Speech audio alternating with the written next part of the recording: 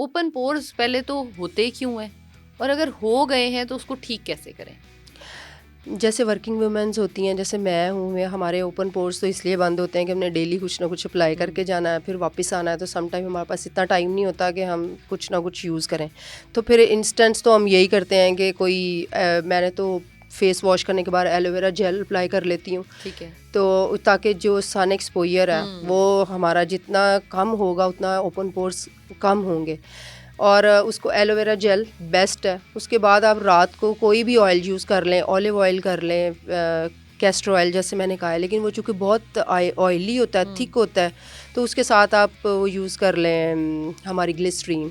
लेकिन आपने wait face के साथ करना है। जिनकी स्किन सेंसिटिव है वो थोड़ा वेट फेस पे उसको अप्लाई करें, थोड़ा उसको मसाज करें और छोड़ दें, तो ओपन पोर्स आहिस्ता आहिस्ता आपके क्लोज होना शुरू हो जाते हैं। और ओपन पोर्स के लिए दी बेस्ट है वही अगेन बेसन, थोड़ी सी हल्दी और थोड़े से राइस पाउडर। आप इसका भी एक फेस पैक बना लें। आप अगर अपना कोई वर्किंग लेडी, अगर आप अपना कोई लैपटॉप पे काम कर रहे हैं, आप अप्लाई कर दें। आप किचन में काम कर रहे हैं, आप अप्लाई करके उसको भूल जाएं 30-45 मिनट्स के लिए, तो उसके बाद आप उसको रिंस कर लें। अच्छा, बालों को नेचुरली काला रखने का कोई तरीका है? हाँ, मैंने काफ़ी रिसर्च के दौरान पढ़ा है। हमारी एक अब मेरे नाम ज़हन से नहीं आ रहा, वो फलियाँ सी होती हैं कोई, और उसका नेचुरल कलर निकलता है। अच्छा। एक तो ये है, वो आहिस्ता उसको भिगो के ओवरनाइट आप सोक करें, और उसके बाद वो ब्लैक कलर जो है वो आहिस्ता आहिस्ता उसको करें अप्लाई। एक ये है, और एक हमारी जो नानियाँ दादियाँ करती होती थी जो है वो आंवला, रेठा, सिकाकाई, इसका पाउडर। इसका पाउडर वो मैंने खुद भी यूज़ किया हुआ है। उसका अच्छा, बहुत अच्छा उसका इफ़ेक्ट है, लेकिन वो बालों को बहुत रफ़ कर देता है। तो उसके लिए फिर आप उसके साथ साथ अलसी जो जेल है, फ्लैक्सीड जेल, और उसके अंदर थोड़ी सी आप ग्लिसरीन, ये बाद में अप्लाई कर दें तो नेचुरल। आंवला, रीठा और सिकाकाई जो है, इसका हमने शैम्पू बनाना है या इसको हमने उसके मास्क की फॉर्म में अप्लाई करना है? आप उसका शैम्पू बना लें। अच्छा। आप उसका पानी निकाल के उसको पहले तो ओवरनाइट उसको सोक कर लें, उसके बाद उसको पका लें ताकि वो थोड़ा उसमें स्ट्रॉन्ग उसका कलर आ जाए। उसके बाद आप अपने किसी भी शैम्पू में यूज़ कर लें।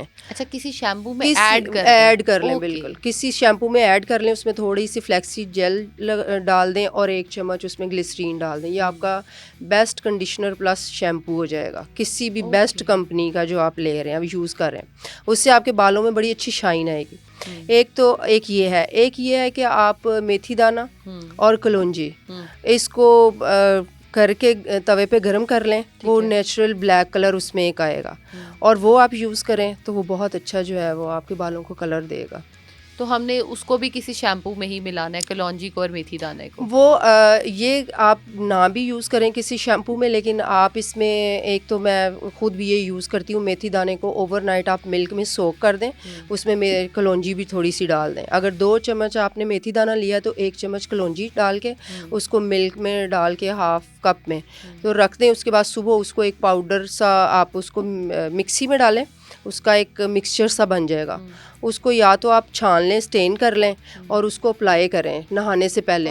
वो आप 2 घंटे 1 घंटा लगा रहने दें, वो इस कदर उसका अच्छा इफेक्ट आता है, आपके बालों में नेचुरल शाइन आती है। अच्छा, यहाँ पे एक मैं भी अपनी टिप ऐड करना चाहूँगी कि जब तवे पे आपने रोस्ट किया कलौंजी को और मेथी दाने को, उसी के ऊपर अगर आप सरसों की तेल का 1 चम्मच 2 चम्मच डाल दें और अच्छे से उसकी थोड़ी सी पका लें उसको, तो वो डायरेक्टली भी आप अगर अपने बालों में अप्लाई करते हो तो वो भी आपके बालों को बड़ी एक नेचुरल शाइन और खूबसूरत बना देता है। तो वो यूज आप ये करके देखिएगा। ठीक है, मैं करूंगी ना। टिप्स उसमें उसका कलर आ जाता है, सारा कलर आ जाता है। एग्जैक्टली, वो जो ब्लैक होता है ना वो उसमें आ जाता है। इवन मैंने तो ये देखा है कि अगर आप ग्राइंड कर लेते हो ना मेथी दाने को और कलौंजी को और उसको ऑयल में सोक करके आप रख दो, मैंने तो एक बॉटल अपनी इतनी सी रखी हुई है, उसमें मैं उसको डाल देती हूँ और थोड़ी देर जो है ना वो उसमें पड़े रहते हैं, जैसे 3 दिन 4 दिन। उसके बाद ऊपर वाला ऑयल आप यूज करो तो वो भी इतना जबरदस्त इफेक्ट आपको देता है, क्योंकि कलौंजी का ऑयल जो डायरेक्ट होता है ना वो बड़ा सख्त होता है, वो हर बंदा बर्दाश्त नहीं कर पाता। सर दर्द होना, लोगों को स्मेल आना बहुत कॉमन होता है, तो ये एक बड़ा आसान सा उसका सोल्यूशन मुझे लगता है। अब ये मेथी दाना की बात हो रही है और साथ कलौंजी की, तो कलौंजी का ऑयल जो है वो बेस्ट है अस्थमा के लिए भी। लोग यूज़ करते हैं उसको, कलौंजी को भी कैसे अस्थमा यूज के लिए। करें उसका ऑयल? उसका ऑयल आप जैसे मॉर्निंग में आप किसी भी चीज़ के साथ, सम टाइम उसकी डाइजेशन प्रॉब्लम आती है, तो आप बीच नाश्ते के बीच में उसका हाफ़ टी स्पून यूज़ कर लें।